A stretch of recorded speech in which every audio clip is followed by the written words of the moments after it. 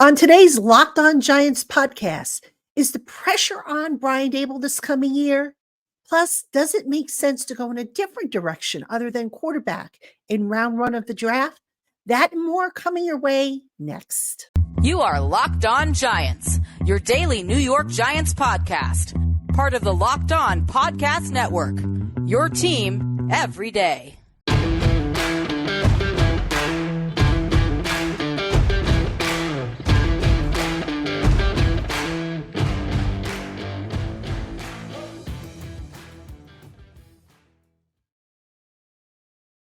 Hello, New York Giant fans, and welcome to another edition of the Locked On Giants podcast, part of the Locked On Podcast family, your team every day.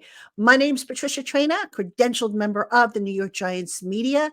I, of course, host Locked On Giants, as well as contribute as the site publisher over at Giants Country for Fan Nation, a Sports Illustrated channel. And today's Locked On Giants podcast is brought to you by GameTime. Download the GameTime app, create an account, and use the promo code LOCKEDONNFL for $20 off your first purchase. Last minute tickets, lowest prices guaranteed. And on today's Locked On Giants podcast, which, by the way, welcome into my Blue Crew community members, my newcomers, my everydayers, and everybody in between, we have Ed Valentine on the show. And Ed Valentine, of course, is a good friend of mine. He's from Big Blue View. And we're going to try and make sense of the Giants season, just the latest, the craziness, and where they go from here. And Ed, by the time we're done here, I have a feeling our heads are going to be spinning. It's been a wild week, hasn't it? Patty, why am I here? There's just nothing going on with the Giants. There's nothing going on around the NFL. Why am I here? Why are you bothering me today? Because I can. This is true. There's nothing to talk about. Nothing's happened since the season ended. Nothing important at any rate, Nope, right? Nothing at all. Anyway, I have to bother you. I have to bother course. you because if I don't, then you'll wonder if I stopped loving you or not. So.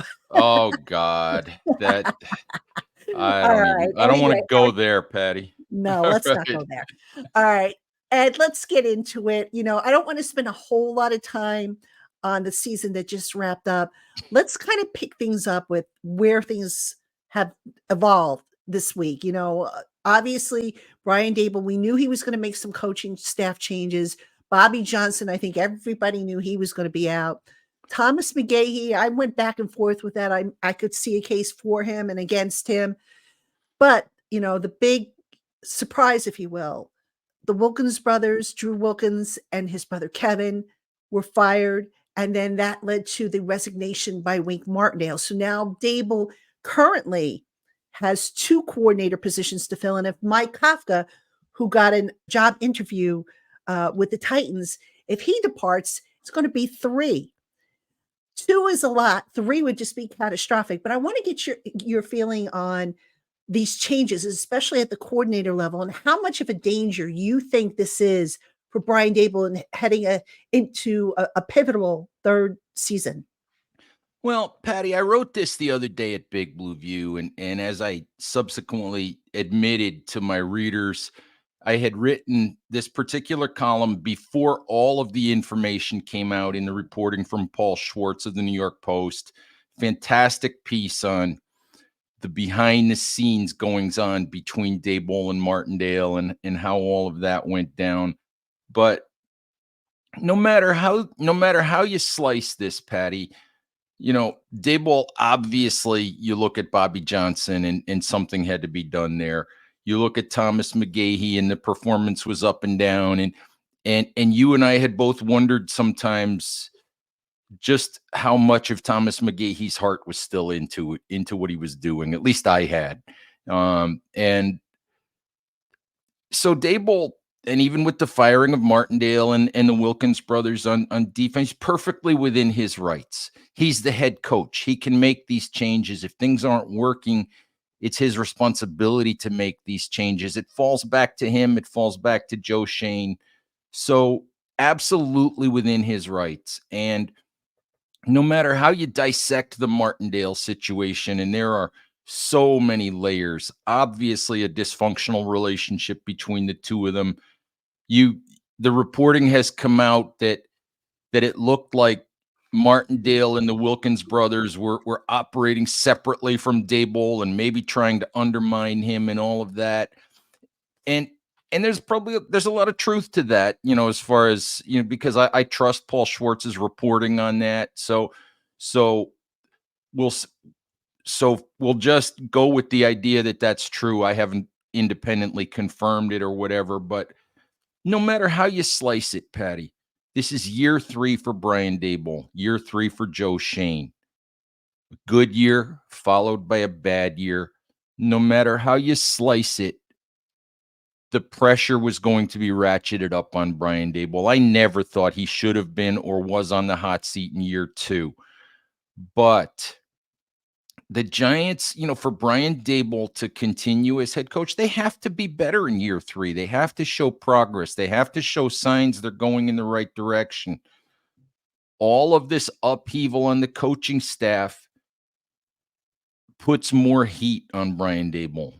To me, it does, especially if Mike Kafka leaves or if Daboll decides he's going to take over the offense and push Mike down to a coordinator without the play calling role, type of responsibility. It just puts more heat on Daboll to get all of these new hires right, to get the situation right, to whatever happened. Most of the defensive players, possibly aside from Xavier McKinney, loved Wink Martindale. If that defense implodes next year, there's going to be a lot of defensive players looking at Brian Daboll and saying, this is your fault, no matter what happened. So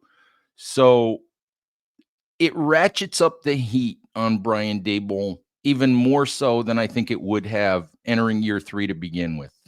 Yeah, I would agree with that. And now one of, if not his most important hires, besides offensive line coach, which is important, is defensive coordinator.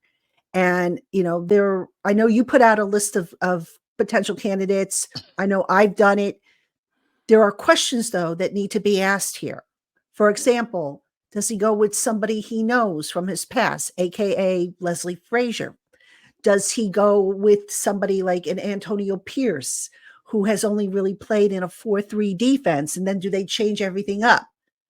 How do you anticipate this thing playing out? I mean, what's the best course of action, would you say, given the questions that, now face Daboll in finding the right defensive coordinator to replace Wink Martindale? Patty, this is just a gut feeling on my part. Talked to somebody the other day who kind of described Martindale Daboll as a shotgun marriage per se, because they didn't know each other.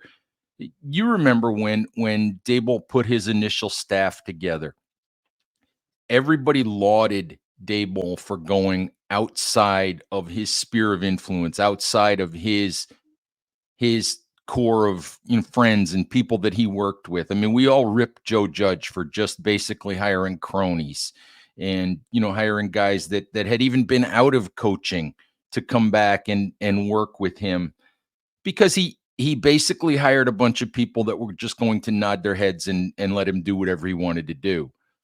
And for Daboll, he was lauded. Everybody praised him for hiring all of these people that he had no connections with.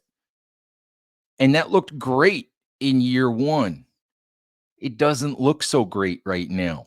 It doesn't look so great. He had no connection with Mike Kafka before he hired Kafka. He had no connection with Wink. He obviously had no connection, with the Wilkins brothers who he fired.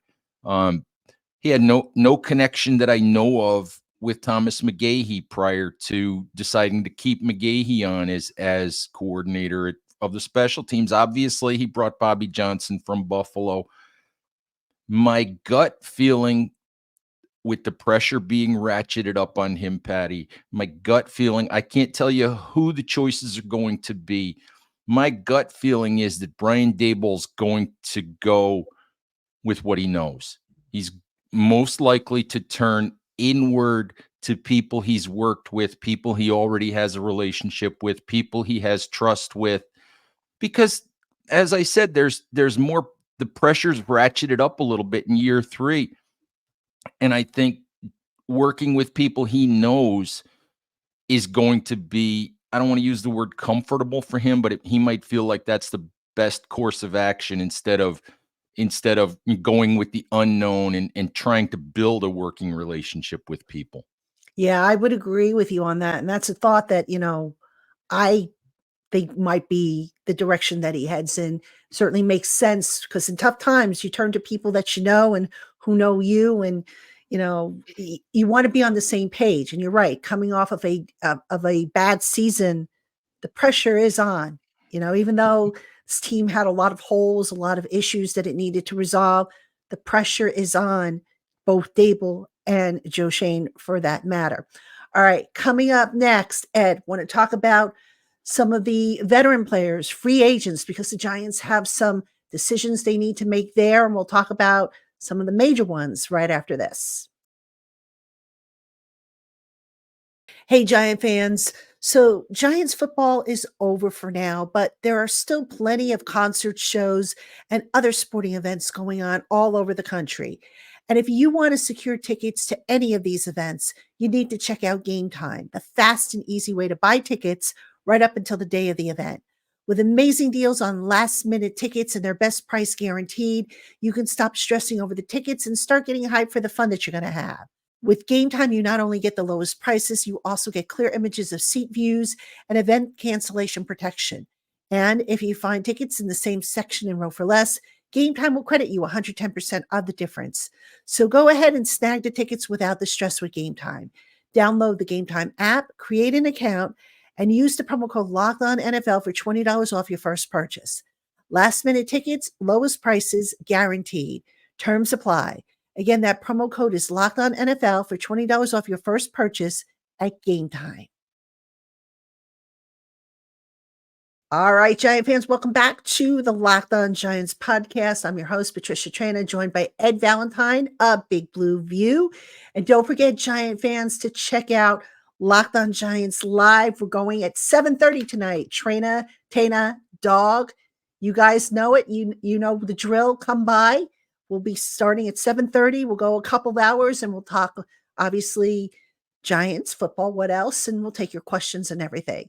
And before we get back to our segment with Ed Valentine, Locked On has launched the first ever national sports 24/7 streaming channel on YouTube. Locked On Sports Today is here for you all day, every day, covering the top sports stories of the day with the local experts of Locked On, plus our national shows covering every league. Go to Locked On Sports Today on YouTube and subscribe to the first ever national sports 24/7 streaming channel. And Ed, the Giants are going to have some personnel decisions they need to make. Quarterback, which we'll talk about a little bit more in the next segment when we get to the draft. They have to decide on Saquon Barkley. Xavier McKinney is going to be a free agent. And, I wrote on Giants Country that I was of the opinion that McKinney's probably not coming back. He's looking for that big payday. But when you look at some of these needs that the Giants have, some of the free agents that they have, where do you think the priorities are going to fall in terms of what Joe Shane addresses?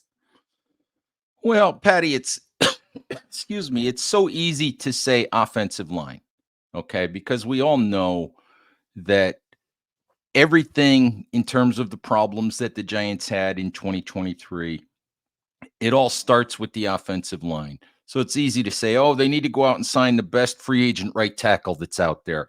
They need to go out and sign the best free agent guard that's out there, or the best one they can afford.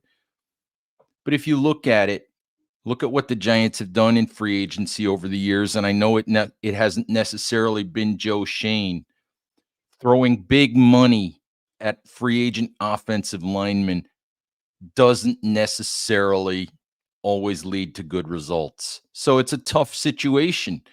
You draft a young kid, you're not sure that you develop that young kid, as we've seen the last couple of years. And I think largely that's what cost Bobby Johnson his job. Inability to develop these young players that Joe Shane drafted. So I think you can talk about the offensive line, but really, I go back to something Joe said a year ago, Patty. He wants to take care of his own guys first. And I think before you even look externally, what decisions he going to make about Saquon Barkley? I just don't know. I go back and forth on this whole thing. I still think that Saquon it's worth it for the Giants if you can get him on a reasonable 2-year deal or a reasonable deal with only 2 years of guaranteed money. But does Joe see it that way? I don't know, because we know that Joe and Brian Daboll don't want to build a running back centric team. So what are you going to do about Xavier McKinney? I think maybe the odds of McKinney staying with the Giants increased a little bit with Wink Martindale being shown the door, or basically taking and slamming the door and leaving himself. But Xavier McKinney has made it crystal clear. He thinks he's a top 5 safety in the NFL. He wants to be paid big time safety money. I don't know if the Giants are going to be willing to do that. So which free agent offensive lineman are they going to keep? Justin Pugh's a free agent. Ben Bredeson's a free agent. So to me, it starts with who they decide to keep. And I don't think they're going to keep a lot of those guys.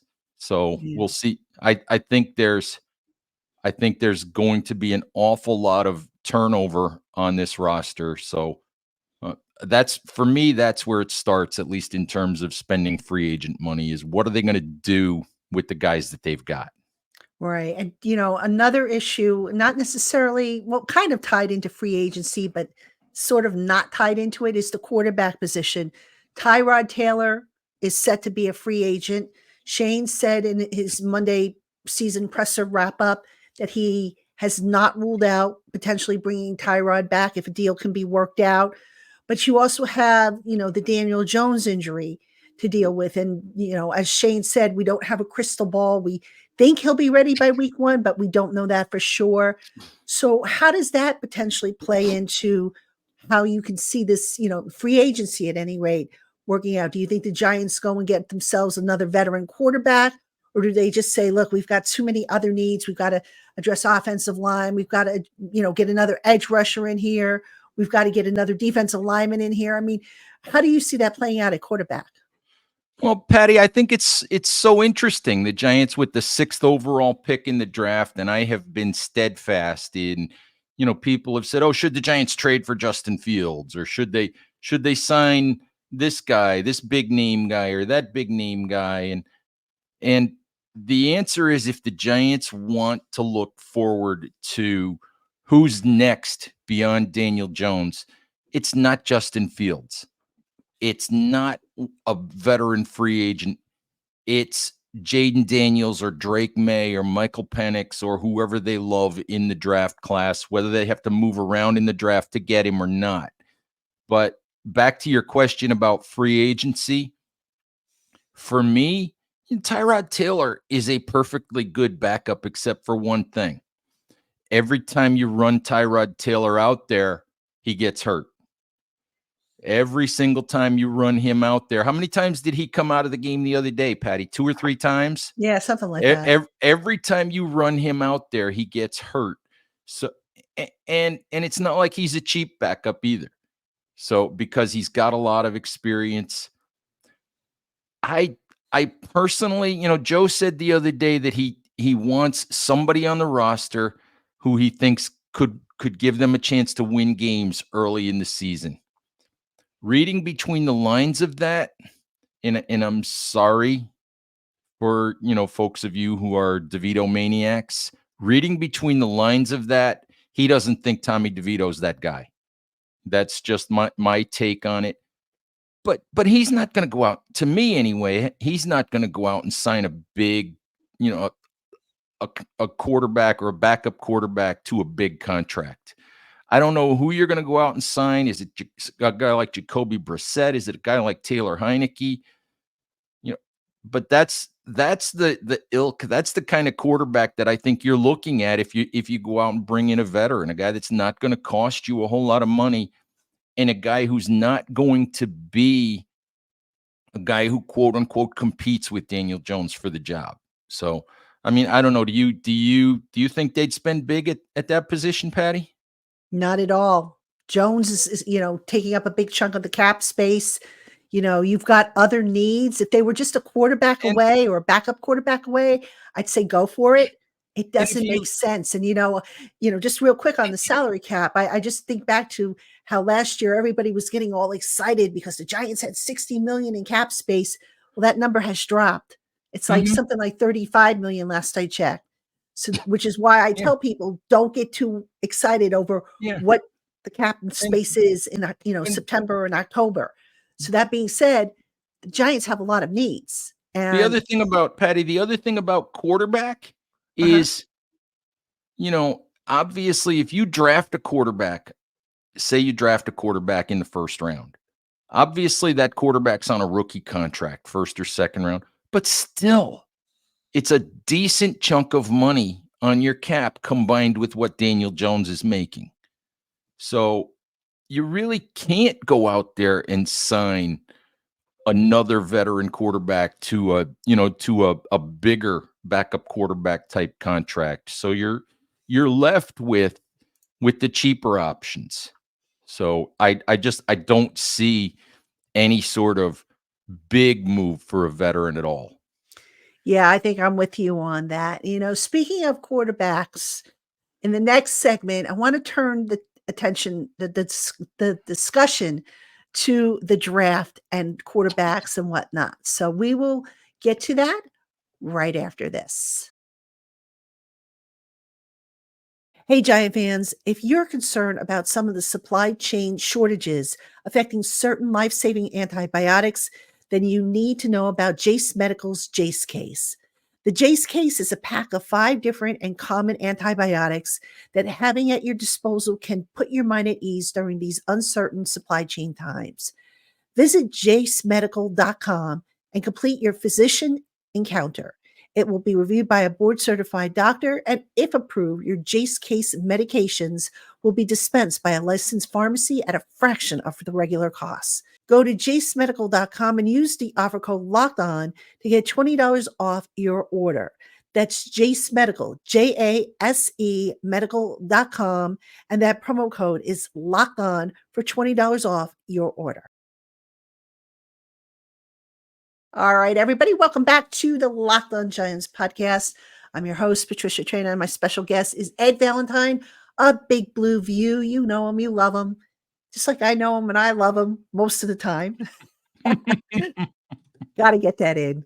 Those Of of you who course, are Patty. new, Ed and I go back a long time, so we kind of, like brother and sister, we kind of poke at each other. It's fun. So, uh, Yes, we do, and I usually get poked harder.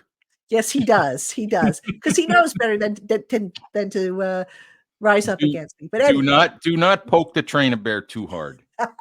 Otherwise, you'll get put in jail. So, There you go. all right. And I want to ask you about the draft here for a second. We were talking about quarterback at the end of the last segment. And, I have always been, up until, recently, I've been of the opinion that you're drafting sixth. All right. You've got a deep quarterback class. Strike while the iron's hot and see if you can get one of these top prospects. Now, that being said, because you're drafting sixth, you probably have to trade up if you want to get a top prospect. You have other needs. The class is deep. So, my question to you is, could the Giants theoretically wait until day 2 to get their quarterback if that is what they indeed feel that they need and still come away with a decent prospect? I mean, you look at Dak Prescott, he was a 4th rounder. I think Jalen Hurts was a 2nd rounder. Sam Howell wasn't drafted in the 1st round. So it can be done. You can get a franchise quarterback outside of the 1st round. Do you think Joe Shane takes that risk? Patty, I think it's certainly possible. All right. And that depends on, if you follow during the fall, the college football season, if you follow all of the sort of breathless Twitter reports and Joe Shane is scouting this game. Joe Shane is scouting that game this weekend. He went to see Michigan and then he went to see Washington. If you follow all of that, he has seen Drake May. He has seen Caleb Williams. He has seen Michael Penix. He's seen Bo Nix. He's seen J.J. McCarthy. He has seen them, Jaden Daniels, if I didn't mention Daniels. He's watched them all play in person. The other thing we know about Joe from the last 2 years is, he's got a great scouting staff. He's got a great front office. but Joe trusts his own scouting instincts above everybody else's.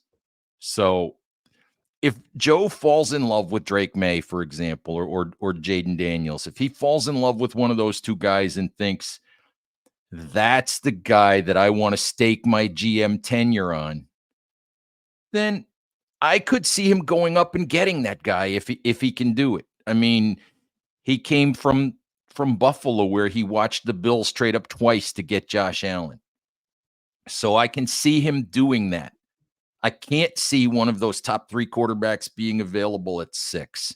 But directly to your question, Patty, I have no problem with the idea of, look, if the best offensive lineman in the draft is there at 6, or if a guy you think can be a number 1 wide receiver is there at 6, or maybe it's a difference-making edge rusher, whatever you want. If it's a game-changing type player, I have no problem with that. I don't know that you can sit. I think the Giants have 37 or 39 in the second round, I think is their first pick, somewhere in there. I don't know if you can sit there and cross your fingers and hope that Michael Penix falls that far or JJ McCarthy falls that far. But you have 2 second-round picks. You can always take those picks. The scenario that keeps running around in my mind is taking those 2 second-round picks or taking some extra draft capital, moving back up, into the middle part or the late part of the first round, and going and getting Michael Penix or going and getting JJ McCarthy or Bo Nix or whoever it is that you like. That's a scenario I could easily foresee. That way you get a quarterback, and you also, as get that potential impact top 10 player as well. Yeah, I mean, the more I think about it, the Giants, I think we can all agree they are not a quarterback away. Joe Shane has said they plan to run it back with Daniel when he is healthy. So, is that a matter of them? Okay, we invested in him. We might as well see if, last year was a fluke because of all the injuries to the offensive line, to Saquon and whatnot. And let's see if, he can recapture that. So, in thinking about it, as much as I would think that it would make sense, you don't know where you're going to draft come next year or the year after that. So strike while the iron's hot. This team isn't one quarterback away. If they can get a wide receiver, a number 1 wide receiver, or an edge rusher, which they desperately need, or a solid offensive lineman, like you said, then I can see that making more sense. And the other thing, Patty, is, and I think we have talked about this off air a little bit, Joe has steadfastly supported Daniel Jones. But what other choice does Joe have? What can he do? Can he sit in a press conference right now and say, yeah, we're going to draft another quarterback? Yeah, we know that Daniel's not our guy after 2024. He can't do that. Right. He just can't. So you have to take all of that with a grain of salt. It still makes sense because of where the Giants are in the top 10 with Daniel, coming off a bad year. You can argue that 5 years into Jones' career with the injuries that he's had, that you can argue that it's very difficult for the Giants to go with Jones beyond 2024. So where they're sitting, you can argue that this is the perfect time because they also don't have to rush a young quarterback onto the field. But it's an interesting decision. But as far as what Joe Shane says about Daniel Jones, I think you have to take it with a grain of salt because there's nothing he can do now except support the guy that he paid. Yeah, exactly. And a lot of things can happen. Veterans can become available. I think the deadline for draft picks or underclassmen to declare, I think it's the 15th. So we still have about another 5 days or so on that. So a lot more can happen. And, then you still got to go through the all-star games, the combine, the visits, all that stuff. And guys tend to move up and down the board. So there's no guarantee that the Giants are going to draft a quarterback in the first round. But to your point, certainly Daniel Jones's injury history is a huge, huge factor. And Joe himself said that that's a factor. He did, although he said, and again, what else could he say? He said he still felt that Daniel Jones could be the quarterback. He still felt you could build around Daniel Jones. But right now, Jones is the guy. So that's what he has to say. It would be, the story would be as if he said anything else. Right. Do you feel that the Giants can build around Daniel Jones, or do you feel that he's gotten his opportunities? We still don't know what he is. They need to go in a different direction. Patty, what I've said at Big Blue View and what I've said on my own show is this. I like Daniel Jones. I think that Daniel Jones can be or should have been a better quarterback over the last 5 years than he's shown. All right. I think that a lot of what has happened with Daniel Jones, he's not a perfect quarterback. He's not a top 5 guy. But I think a lot of what has happened to Daniel Jones has been because of the circumstances around him, the coaching mess that's been around him much of that time, the poor offensive lines, a lot of seasons, the lack of weapons, all of that. But here's what it is. It doesn't matter anymore. To me, it doesn't matter anymore. We're 5 years in. We're still arguing about what Daniel Jones is, what Daniel Jones isn't. Can he be the guy? After 5 years, I think the fact that we're still arguing about what he is and whose fault it is that it hasn't worked is your answer. It's time to prepare for a future with someone else at quarterback other than Daniel Jones. As much as I like the kid and I don't think it's all his fault, it's time to prepare to move on. If you can do that in this draft, then if there's a guy that you think you want to do that with in this draft, then to me, you got to go get him. Yeah, I agree with you. I like Daniel Jones too, and it's not his fault, but the fact that, he did take a step back in his development. He never looked comfortable this year. I get it. There were injuries, there were circumstances, but things are never going to be totally perfect. Things are never going to be totally ideal. And the really good quarterbacks rise above the adversity that they face, and can we say that Daniel Jones has done that? No. People will say that, have said to me, well, look at last year. Who did he have to throw to? And yet he had a good year. I mean, I don't know. I just think that was just an exception right now. I need to see it become the rule. Absolutely. And he did have a good year in 2022. The Giants figured out what he could do, what he couldn't do. They worked around the limitations that they had offensively. In all honesty, I thought they did a better job constructing an offense and using their personnel a year ago than they did in 2023. But again, it comes back to how long can we argue about this? How long can we wait? How long before you finally cut that cord or make that decision? And for me, like I've said, I just think that the reasons aren't that important anymore. I think the answer is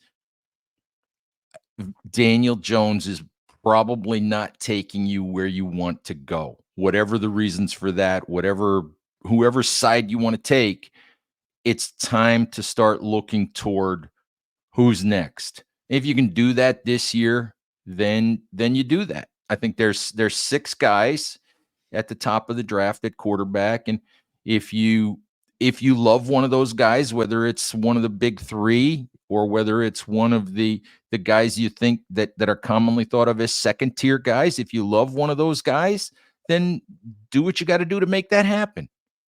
And then, one last thought on Daniel Jones, a question that I think Shane and Daboll need to honestly answer. Can he overcome his limitations? I mean, we saw them trying to do more deep downfield passing, which supposedly was the strength of Daniels, but We were saying last year, oh, we didn't have the receivers to break free. We saw this past year when he was in there, not really good at extending plays the way Tyrod Taylor was, not really good at taking the deep shots down the field because he was always looking underneath. And I think I saw a stat from Sports Information Solutions that 68% of Daniel Jones's pass attempts were in that short range as opposed to, throwing downfield. So the question becomes, can Daniel Jones advance to level 2, if you will, of this offense? Because he didn't really do so this past year, injuries or no injuries. Can he do that? And can he take them to the promised land? Absolutely. And, we can debate Daniel Jones forever, but you wonder, because if you go back and look at it statistically, some of the best work that Daniel Jones did was in his rookie season. All right. That is when Daniel Jones developed the reputation of being a guy who could throw a good deep ball. Then he had Joe Judge and Jason Garrett as a coach, and their primary objective, their mission objective with Daniel Jones was to basically knock the turnovers out of Daniel Jones. And you just wonder if the cumulative effect of being told, don't turn the ball over, don't turn the ball over, don't turn the ball over, and being hit as often as he's been hit over the years has made him really reluctant to stand there and throw the deep ball. I don't know. To take that risk to throw the deep ball, I don't know. But again, at some point, you just have to look at it and say, we're beyond that point of looking for all the reasons. And if we have an opportunity to move on, if we have an opportunity to go toward the future and reset the quarterback position, then I think you have to take it. Yeah, it's going to be interesting to see how Joe and Brian approach it. We'll start to get answers, obviously, come free agency. We'll see what they do. They'll have a better idea of how far along Daniel is in his rehab. And then certainly by the draft, that will tell us that'll give us a good indication of what, they think for the long term. So on that note, Ed, let's call it a show. I want to thank you for coming on. Giant fans, I want to thank you for tuning in. Don't forget Locked On Giants live tonight, 7:30. Those of you who won't be able to join us, we, of course, will have the replay on our YouTube channel. We'll also have the audio over on all our audio platforms. And if you aren't able to catch up with that, we will see you on Monday with all new episodes of the Locked On Giants podcast. Have a great weekend, everybody.